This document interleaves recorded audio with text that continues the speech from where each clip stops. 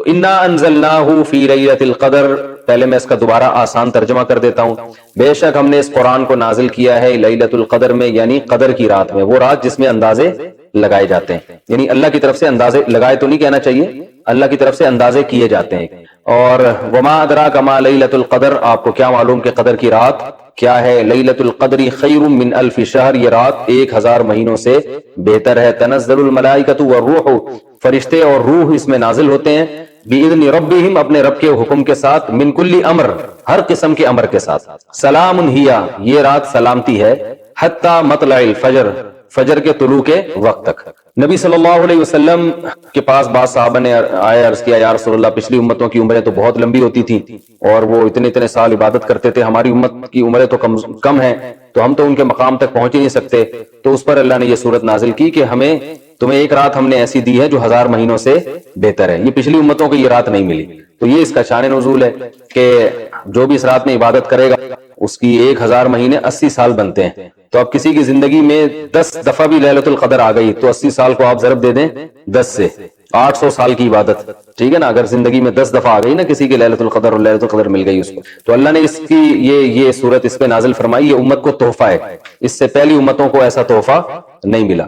کہ میں اس کو اکثر ایک مثال سے کہتا ہوں کہ بھائی جیسے خصوصی پیکج ہوتے ہیں نا، کمپنیاں خصوصی پیکج نکالتی ہیں، بھائی قیمتیں آدھی ہو گئی ہیں فلاں سے فلاں تاریخ تک، تو اللہ تعالیٰ نے بھی اس میں ایک پیکج نکالا ہوا ہے کہ بھائی رمضان میں نیکی کا ثواب بڑھ جاتا ہے، پھر رمضان ایک الگ پیکج ہے، پھر رمضان کا آخری عشرہ وہ اور زیادہ ایک خصوصی پیکج، پھر اس میں جو طاق آتے ہیں وہ اور خصوصی پیکج، اور اس میں جو لیلۃ القدر ہے وہ اس میں ایک نیکی کریں گے ایسے ٹھک ٹھک ٹھک جو ہے نا گراف اوپر جانا شروع ہو جائے گا. ایک دفعہ سبحان اللہ ایسے جیسے لاکھوں کروڑ دفعہ ہو گیا.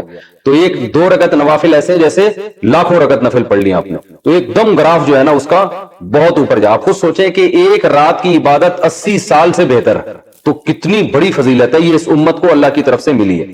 تو اللہ نے فرمایا ہم نے اس رات کو اس قرآن کو اس رات میں نازل کیا. تو اس رات کو بھی اللہ نے اس لیے فضیلت والا بنایا کہ قرآن کا نزول اس رات میں شروع ہوا ہے. پورا قرآن تو نازل نہیں ہوا، ابتدا اس رات میں. نبی صلی اللہ علیہ وسلم جو پہلی وحی آئی تھی وہ لیلۃ القدر میں آئی تھی. تو وہ کون سی رات تھی معلوم نہیں ہے، آخری عشرے میں کوئی بھی رات ہو سکتی ہے اور وہ چینج بھی ہو سکتی ہے، جو راجح قول ہے علماء کا. تو جب پہلی دفعہ جب قرآن نازل ہوا نا تو وہ رات کون سی تھی اللہ کے علم میں؟ وہ لیلۃ القدر کی رات تھی. تو اللہ نے اس رات کو فضیلت یہ دی ہے، اس میں قرآن کا نزول ہوا ہے. تو یہ بھی ایک بڑی برکت کی فضیلت کی چیز ہے کہ اللہ کسی اور رات کا بھی انتخاب کر سکتے تھے، تو اللہ نے رمضان کے مہینے کا انتخاب کیا، رمضان کے آخری عشرے کا انتخاب کیا، اور جس رات کا انتخاب کیا وہ لیلۃ القدر تھی. وما ادراک ما لیلۃ القدر، فرمایا تمہیں کیا معلوم کہ لیلۃ القدر کیا ہے؟ یہ عظمت بیان کرنے کے لیے. لیلۃ القدر خیر من الف شہر، یہ رات 1000 مہینوں سے بہتر ہے. لیلۃ القدر خیر من الف شہر. اور پھر اس میں الگ برکتیں بھی الگ سے نازل ہوتی ہیں. تنزل الملائکۃ والروح فیہا بإذن ربہم من کل امر، فرشتے اور روح سے مراد ہے جبریل علیہ السلام. قرآن میں ایک اور مقام پہ آپ کو نزل بہ الروح الامین کہا گیا ہے. روح الامین، روح اس لیے کہا جاتا ہے کہ انسان جو ہے نا مادی زندگی اور روحانی زندگی دونوں کا مجموعہ ہے. مادی زندگی کو طاقت ملتی ہے ڈاکٹروں سے، وہ آپ کی باڈی کا خیال کرتے ہیں. روحانی زندگی کو طاقت ملتی ہے وحی سے. تو جبریل علیہ السلام ہر پیغمبر پر وحی لے کر آتے تھے.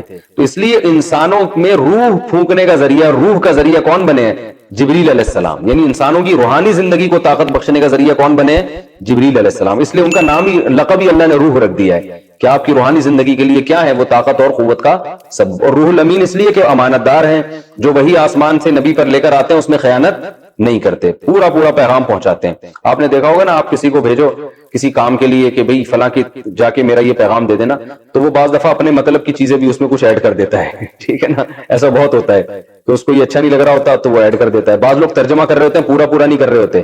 میں نے دیکھا ایک خطیب صاحب حرم کے امام آئے، شیخ سدیس، وہ ترجمہ کر رہے تھے اور اس میں انہوں نے امام حنیفہ کی تعریفیں بھی کی عربی میں. تو وہ جو ترجمہ کر رہا تھا نا وہ تعریفیں پی گیا. ٹھیک ہے نا، یہ ہوتا ہے. وہ بیچاروں کو تو پتہ ہی نہیں چل رہا تھا کہ یہ اردو میں کیا ترجمہ کر رہا ہے. تو ایسا بھی ہوتا ہے. تو اللہ نے فرمایا کہ جبریل کی یہ خاصیت ہے کہ جب اللہ کا پیغام پیغمبر تک لے کر آتے ہیں تو اس میں خیانت نہیں کرتے. جیسا جیسا پیغام تھا ویسے ہی نبی کے دل پہ نازل کرتے ہیں. اس لیے ان کو روح الامین بھی کہا گیا ہے. تو اس میں جبریل علیہ السلام بھی نازل ہوتے ہیں اور بھی فرشتے نازل ہوتے ہیں ہر قسم کے احکام لے کر. وہ احکام میں کیا ہوتا ہے کہ اللہ تعالیٰ کی طرف سے تقدیر کے فیصلے بھی ہوتے ہیں کہ اس سال کون مرے گا کون جیے گا. تو اللہ فرشتوں کو کہتے ہیں جاؤ زمین پہ یہ کام ڈیوائیڈ کر دو اور جو جس کو اٹھانا ہے اٹھا لو، جس کے رزق میں برکت دینی ہے اس کو رزق کے فیصلے کر دو. اب اصل جو تقدیر ہے نا وہ تو اللہ نے لوح محفوظ میں بہت پہلے لکھ دی، اس میں کبھی بھی کوئی تبدیلی نہیں ہو سکتی. دعا بھی اسی تقدیر کا حصہ ہے. جیسے اللہ نے کسی کے بارے میں لکھ دیا نا کہ اس کو روزی ملے گی، اب اس کو روزی مل نہیں رہی ہوتی تو اللہ سے دعائیں مانگتا ہے اور روزی ملنا شروع ہو جاتی ہے. تو اصل تقدیر میں لکھا ہوتا ہے کہ اس کو روزی ملے گی نہیں، یہ دعائیں مانگے گا، اس دعا کی وجہ سے اس کی روزی میں برکت ہو جائے گی. تو وہ ہر چیز یعنی آپ کا عمل بھی پہلے سے طے شدہ ہے، حتیٰ کہ جنت اور جہنم بھی پہلے سے طے شدہ ہے. یعنی اس میں لکھا ہوا ہوتا ہے کہ یہ انسان، اس کے پاس پیغمبر آئیں گے، اس کو سیدھی راستہ بتائیں گے، یہ اپنے اختیار سے غلط راستہ اختیار کرے گا اور بالآخر جہنم میں جائے گا. تو اب اس میں ظلم اس لیے نہیں ہے کہ اللہ کا علم کامل ہے، اللہ کو پتا ہے کہ میں جب آزماؤں گا تو کون آزمائش میں پورا اترے گا اور کون اس آزمائش میں ناکام ہوگا. تو اللہ کا علم کامل ہے نا، اس لیے بعض علماء کہتے ہیں کہ تقدیر اللہ کے علم کا نام بھی ہے، تو اس حساب سے ہر چیز لکھی ہوئی ہے. اب سوال یہ پیدا ہوتا ہے، لوگ یہاں یہ اشکال کرتے ہیں پھر عمل کا فائدہ کیا؟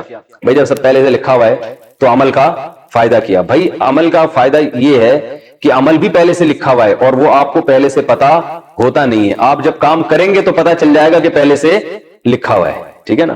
اگر نہیں کریں گے تو پتا چل جائے گا کہ لکھا ہوا نہیں تھا. اب چونکہ پتہ ہی نہیں ہے تو یہی آزمائش ہے. اس کی میں ایک مثال دیتا ہوں کہ ایک زید نے مثلا بکر کو قتل کیا، ٹھیک ہے نا. پیر کے دن زید نے بکر کو قتل کیا 6 بجے فار ایگزامپل. بکر کے وارثوں نے زید کو پکڑ لیا، بولا تو نے بکر کو مارا تھا لہٰذا اب ہم تجھے بھی قتل کریں گے. تو زید کیا کہتا ہے؟ زید جو قاتل ہے وہ کہتا ہے دیکھو پیر کے دن صبح 6 بجے اس کی تقدیر میں قتل ہونا لکھا تھا یا نہیں لکھا تھا؟ ہر چیز پہلے سے لکھی ہوئی ہے نا. تو بکر کے وارثوں کا چونکہ ایمان ہے وہ کہیں گے ہاں لکھا ہوا تھا. تو زید کہے گا کہ میرا پھر قصور کیا؟ بھائی اس کا تو قتل سے ہی مرنا تھا، اس نے، میں نے تو وہی کام کیا جو تقدیر میں پہلے سے لکھا ہوا تھا. تو بکر کے وارثین کیا کہیں گے؟ یہی کہیں گے نا کہ یہ لکھا ہوا تو قتل کے بعد پتا چلا ہے نا، قتل سے پہلے تھوڑی پتا تھا کہ لکھا ہوا ہے. تم نے تو اپنے اختیار سے یہی ایسا کام کیا جس کا پورا مکمل تمہیں اختیار تھا. یہ تو اللہ کو پہلے سے علم تھا کہ زید مکمل اپنے اختیار کے ساتھ بغیر کسی جبر و اکراہ کے پیر کے دن صبح 6 بجے بکر کو قتل کرے گا. یہ تو اللہ جانتا تھا اور اللہ کے علاوہ کوئی نہیں جانتا تھا.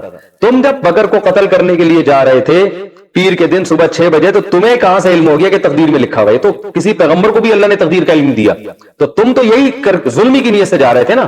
تو یہ تو ہے تحقیقی جواب. اگر زید کی سمجھ میں یہ جواب نہ آئے، وہ کہے نہیں جی تقدیر میں تو لکھا ہوا تھا تو میں نے کون سا جرم کیا، میں سزا کا مستحق نہیں ہوں، تو بکر کے وارثوں کو چاہیے پھر وہ زید کو کہیں کہ ہم آپ کی گردن اڑا رہے ہیں، لکھا ہوا ہوگا تو مر جاؤ گے، نہیں لکھا ہوا ہوگا تو نہیں مرو گے. تو جیسے آپ بے قصور تھے اس کو مارنے میں تو ہم بھی آپ کو مارنے میں کیا ہیں، گردن اڑا دیں. اور پھر نوٹ کر لیں کہ تقدیر میں لکھا ہوا تھا کہ زید نے منگل کے دن صبح 6 بجے انتقال کرنا تھا. لہذا اب زید کے وارثین اگر آئیں تو جو دلیل زید نے بکر کے قتل پہ پیش کی تھی وہی دلیل آپ زید کے قتل پہ پیش کر سکتے ہیں. تو تقدیر ایک حقیقت ہے، یاد رکھیں. یہ اہل سنت والجماعت کا متفقون علیہ عقیدہ ہے. بہت ساری احادیث اور قرآن کی آیتیں اس پر کہ ہر چیز پہلے سے طے شدہ ہے، اس میں پتہ بھی اس تقدیر کے بغیر نہیں ہل سکتا. جو کچھ لکھا حتیٰ کہ جنت جہنم سب چیزیں، لیکن یہ اللہ نے علم چھپا دیا ہے اور یہی انسان کی آزمائش ہے. اب اگر کوئی شخص بدعمالیاں کر کے جہنم میں جائے گا وہ یہ نہیں کہہ سکتا کہ اللہ میری مقدر میں چونکہ جہنم تھی اس لیے جا رہا ہوں. اللہ کہے گا تجھے پہلے کس نے بتا دیا تھا تیرے مقدر میں؟ تو وہ جواب میں، اور تو نے تو زنا کیا، شراب پی، یہ کیا، اس لیے جہنم میں جا رہا ہے. تو وہ کہہ سکتا ہے اللہ زنا شراب بھی تو تقدیر میں تھے نا. تو اللہ یہی کہے گا جب تک زنا کیا نہیں تھا تو تجھے کس نے بتایا تھا؟ تو بچ جاتا. تو اس سے یہ ثابت ہو جاتا ہے کہ تیری تقدیر میں بچنا لکھا ہوا ہے. سمجھ میں آ رہی ہے بات؟ تو یہی انسان کی کیا ہے؟ آزمائش ہے. تو اللہ ہم سب کو جنت میں لے جائے اور ہماری مقدر میں جنت ہی لکھی ہوئی ہو، اللہ کرے. تو حدیث میں آتا ہے اعملوا فکل میسر لما خلق لہ، عمل کرو جو جس نے جہاں جانا ہے نا ویسے عمل کرے گا وہ. تو اس لیے اب اور کیسے عمل ہم کریں گے ہمیں پتہ نہیں ہے. تو اچھے کر کے دیکھ لو پتہ چل جائے گا، اچھے ہونا شروع ہو جائیں گے، ٹھیک ہے نا. برے کر کے دیکھو تو پتہ چل جائے گا کون سے عمل ہو رہے ہیں برے. اب جیسے صبح سحری کی ہوگی آپ لوگوں نے، تقدیر میں لکھی ہوئی تھی نا، لیکن یہ سحری کرنے کے بعد پتہ چلا کہ لکھی ہوئی تھی. اگر آپ صبح بیٹھے رہتے گھر والے پراٹھا لا کے رکھتے کھا لو سحری کر لو، آپ کہتے تقدیر میں لکھا ہوا ہوگا تو کھاؤں گا، نہیں لکھا ہوا ہوگا تو نہیں کھاؤں گا، تو نہیں کھاتے. جب ٹائم گزر جاتا تو پتہ چل جاتا تقدیر میں لکھا ہوا تھا کہ نہیں. تو جیسے تقدیر دنیا کے کسی جرم میں عذر قابل عذر نہیں ہے، اور کوئی دنیا میں ایسا نہیں دیکھا جو تقدیر کی بیس پر دنیاوی اسباب چھوڑ دیتا ہو، تو ایسے آخری اخروی اسباب بھی چھوڑنے کی اجازت نہیں ہے. جبکہ دنیاوی اسباب میں تو بعض دفعہ نتیجہ سبب اختیار کیے بغیر بھی نکل جاتا ہے، آخرت میں نہیں نکلے گا. عمل ہی پہ جنت ملے گی اور عمل ہی پہ جہنم ملے گی. سمجھ رہے ہیں؟ تو جو جنت میں جائے گا وہ جنتی جیسے اعمال کرے گا، جو جہنم میں جائے گا وہ جہنمی والے اعمال کرے گا. اور اصل مدار آخر وہ کیا ہے انما الاعمال بالخواتیم، حدیث میں آتا ہے کہ اصل مدار خاتمے پر ہے. ایک آدمی ساری زندگی گناہ کرتا رہا تو آخر میں نیک بن گیا، سارے گناہ چھوڑ دیے، جنت میں جائے گا. ایک آدمی ساری زندگی اچھا کرتا رہا، آخر میں مرتد ہو گیا، کافر ہو گیا، تو جہنم میں جائے گا وہ. تو آخر تک جو ہے نا، اب اس کا یہ مطلب نہیں کہ آپ ابھی برے اعمال کرتے ہیں بولے آخر میں نیک بن جاؤں گا. تو مطلب حدیث کا یہ ہے کہ ابھی نیک اعمال کر رہے ہو تو آخر تک کنٹینیو کرنا ہے اس کو، اور جو برے اعمال کر رہا ہے تو اسے امید دلائیے کہ ابھی بھی موقع ہے، سدھر جاؤ. اللہ ابھی سدھرو گے تو پچھلے اعمال نہیں دیکھے گا اللہ تعالیٰ. تو یہ اس لیے خوب اچھی طرح سمجھیں. ہاں تو اصل تقدیر تو ایسی ہے جو کبھی بھی چینج نہیں ہو سکتی. یہ جو علماء کہتے ہیں دعاؤں سے تقدیر بدل جاتی ہے، یہ تقدیر معلق ہے.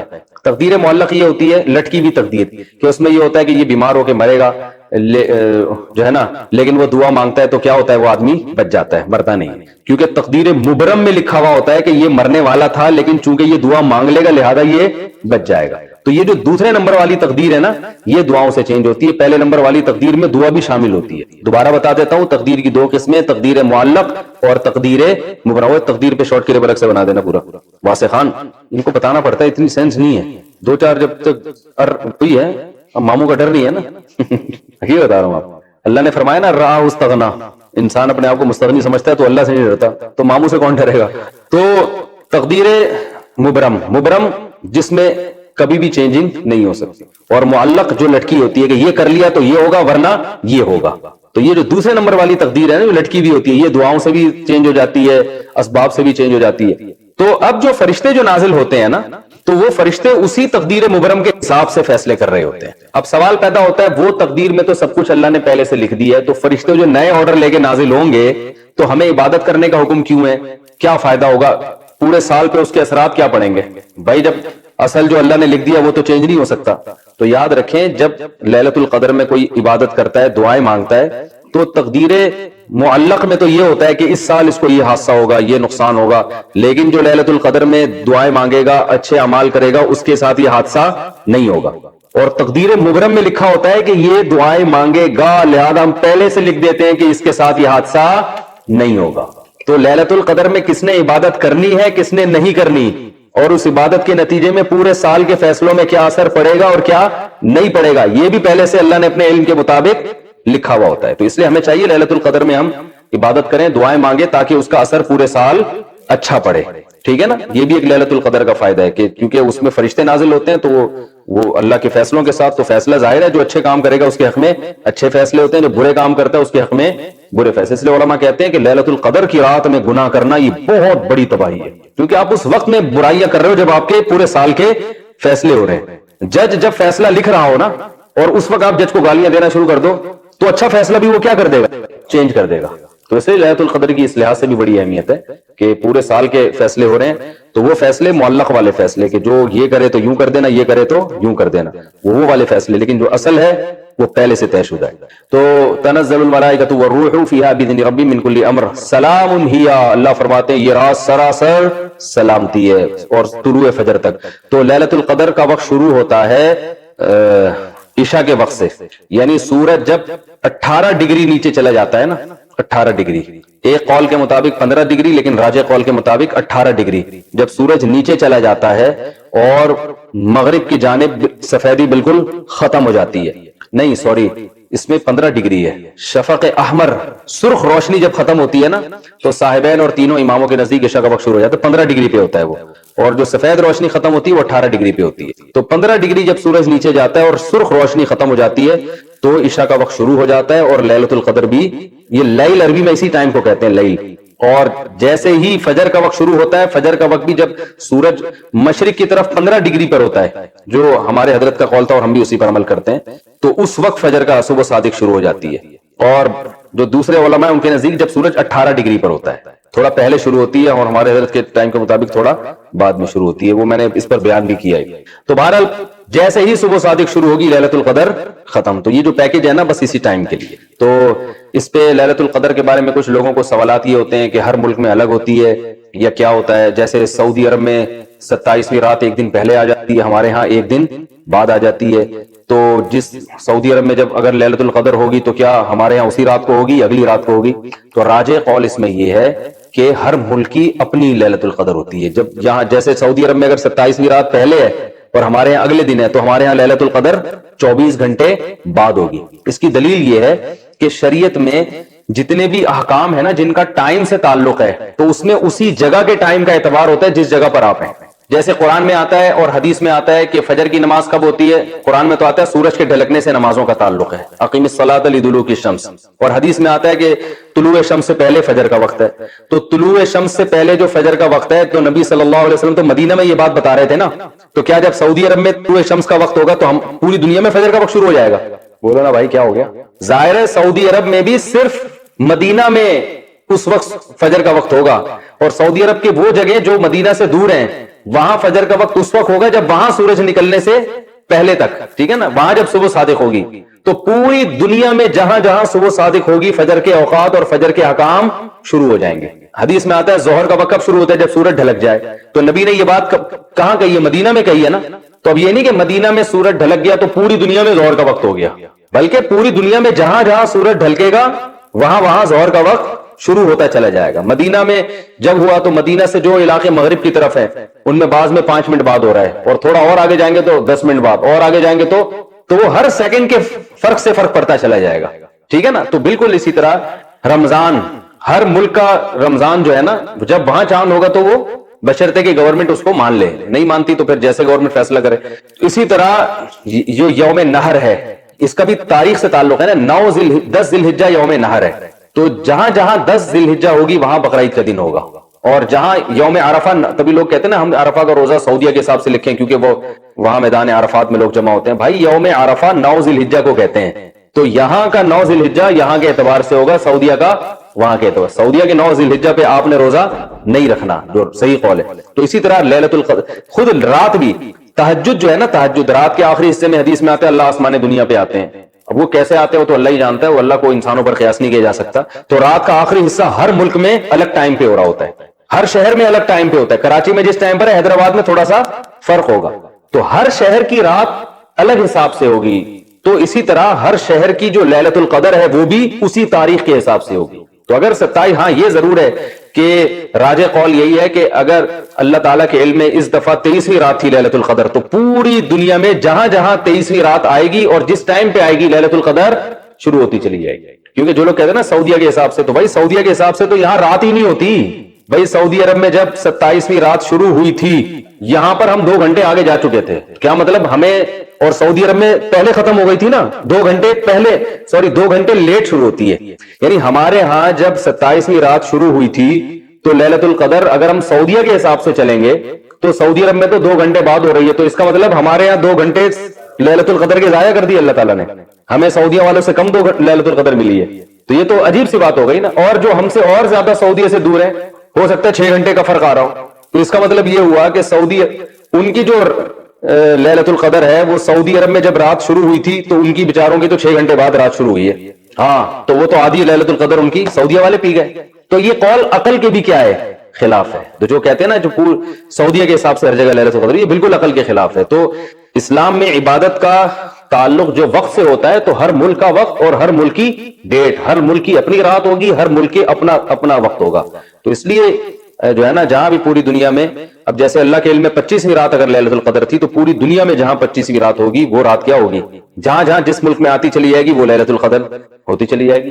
تو فرشتوں کو ٹریولنگ میں کوئی مسئلہ بھی نہیں ہے کہ بھئی آپ یہ کہیں کہ یار یہاں ہو رہی ہے تو یہاں سے وہاں جانا ہے۔ فرشتے جب 7ویں آسمان سے سیکنڈوں میں یہاں پہنچ سکتے ہیں تو یہاں سے 12 گھنٹے میں ملیشیا نہیں پہنچ سکتے کیا وہ؟